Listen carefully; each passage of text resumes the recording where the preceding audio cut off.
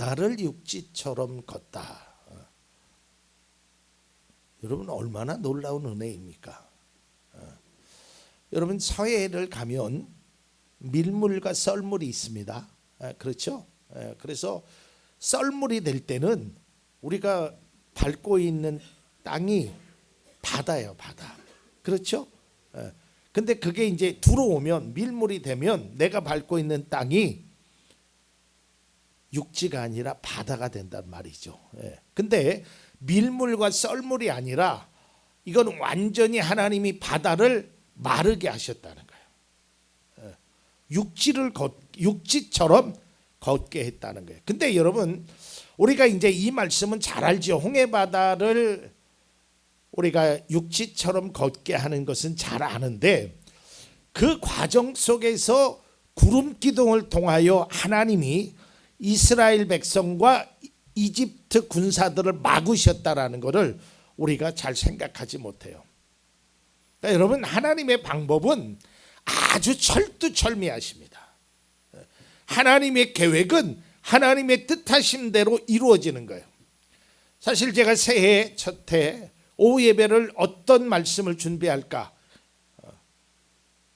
이제 그러면서 쭉 이어왔는데 제가 홍해바다 사건을 지난주에도 말씀드렸는데 이번 주에 또다시 이 말씀을 갖고 한 것은 홍해바다가 갈라지듯 여러분 앞에 놓여있는 이런 문제들이 열릴 수 있는 놀라운 복이 2025년도에 있기를 간절히 축원합니다.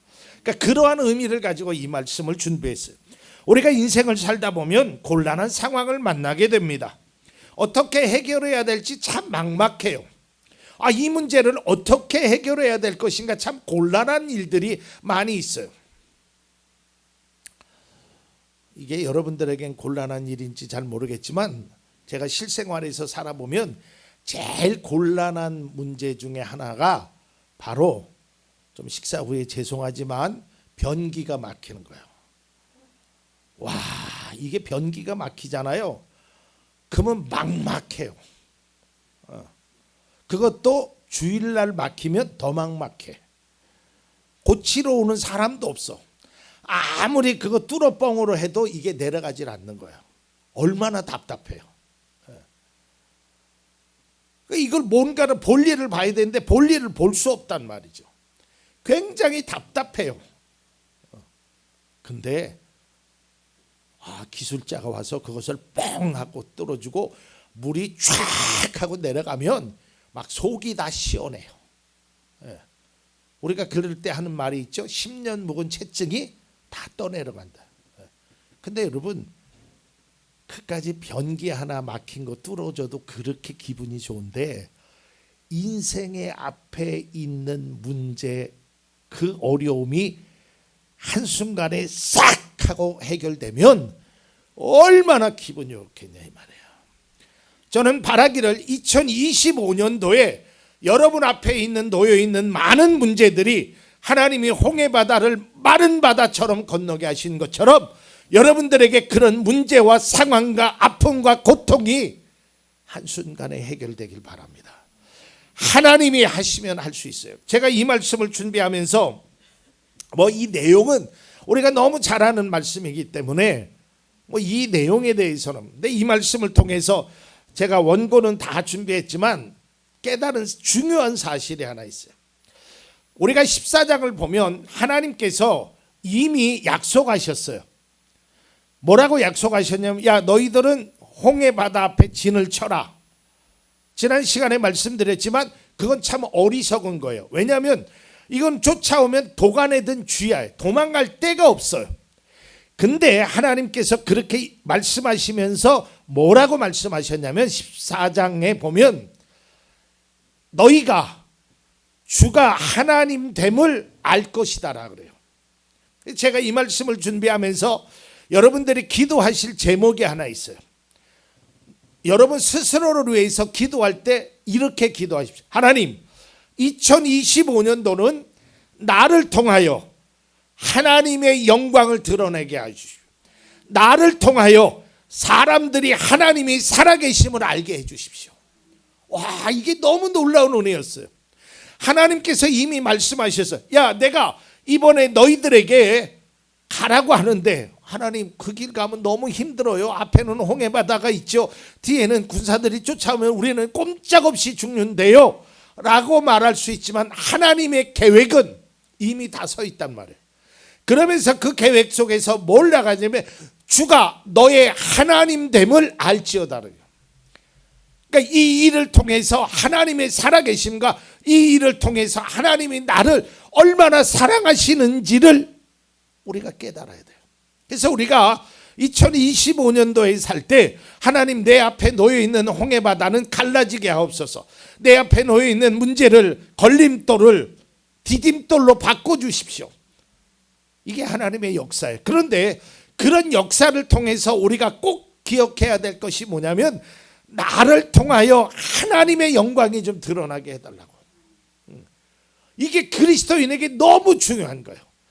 나를 통하여 나에게 주시는 하나님의 은혜, 나에게 주신 하나님의 역사, 나에게 주신 하나님의 복과 큰 사랑을 통하여 사람들이 나를 보면서 야, 하나님은 살아계시구나, 이걸 느껴져야 돼요. 이게 그리스도인이 받는 최고의 복이란 말이에요. 여러분, 우리가 보면 좀 여러분들을 무시하는 것 같아서 죄송하지만 우리 별 수 없잖아요. 그죠? 예. 제가 저를 봐도 별 수 없어요. 예. 참 부족한 게 많아요.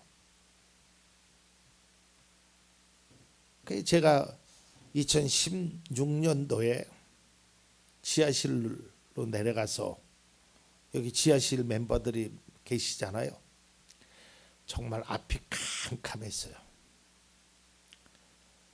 근데 그때 절망의 소리가 하나 들리는 거예요. 지하실 내려가면 못 올라옵니다. 못 올라온다는 거예요. 그러면서 또 얘기하기를 내가 아는 목회자는 10년 동안 지금 지하실에 있습니다 라고 얘기하는 거예요. 와, 지하실에 내려가는 순간부터 절망이었지만 그 소리를 듣는데 정말 절망이었어요. 괴롭지요. 목회자로서 그런 얘기를 듣는다는 것 자체가. 그런데 놀라운 일이 있죠. 하나님께서는 2년도 안 돼서 계약 기간도 끝나기 전에 하나님께서 지하를 탈피하게 해주셨어요. 저에게 목사님 지하실 들어가면 절대로 못 올라옵니다 라고 말했던 그분이 나중에 그래요.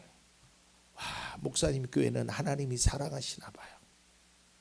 이게 바로 우리 교회를 통하여 우리들의 모습을 통하여 하나님의 살아계심을 세상의 사람들에게, 때로는 우리를 비웃는 사람들에게, 우리를 조롱하고 업신여기는 사람들에게 보여주는 거예요. 여러분 개인적으로도 마찬가지예요. 누가 나에게 얘기합니다. 아이고 뭐가 되겠어? 뭐 가진 것이 있어? 건강이 좋아? 능력이 있어? 뭐 자식이 잘 됐어? 뭐 모든 비아냥거리는 소리들을 행할 때 내가 떳떳이 서는 겁니다.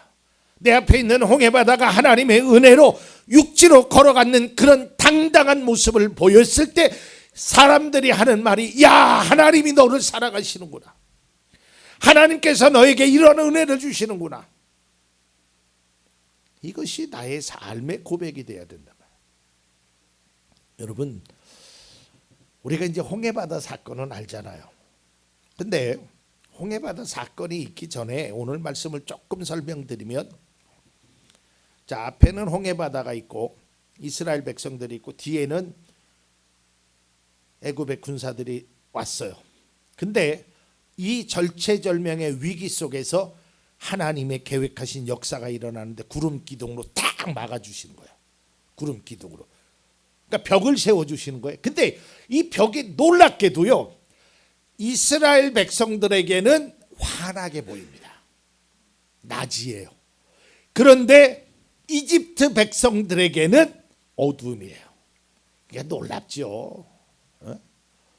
홍해바다를 가른 것보다 이것도 참 놀라운 사건이란 말이에요.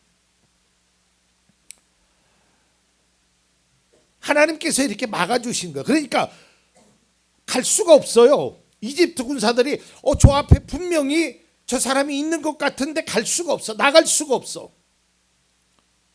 제가 전에도 말씀드렸듯이 사람들이 우리를 향해서 아이 저 사람 이제 얼마 못 있어. 좀 있으면 망할 거야. 좀 있으면 끝날 거야. 저 사람 더 이상. 그렇게 세상의 사람들은 단호하게 우리를 그렇게 업신여길 수 있어요. 안 될 거라고 못할 거라고. 거봐라고 내 말이 맞지 않느냐고. 그러면서 한 수 더 떠서 얘기하지요. 내가 그 사람이 잘 되면 성을 갈겠다, 손가락에 장을 지지겠다 하는 사람들조차 있단 말이에요. 보란듯이 2025년도에는 이스라엘 백성들이 홍해 바다를 마른 땅처럼 건너가듯이 여러분들이 보란듯이 일어나야 돼요. 저는 2025년도에 우리 사랑하는 성도님들의 삶에 이러한 놀라운 변화가 있기를 주님의 이름으로 축복합니다. 이러한 변화는 내가 갖는 게 아니에요. 내 힘으로 하는 것이 아니에요. 하나님의 계획 때문에 하는 거예요. 그럼 우리는 어떻게 하면 되느냐? 하나님의 뜻대로만 하면 되는 거예요.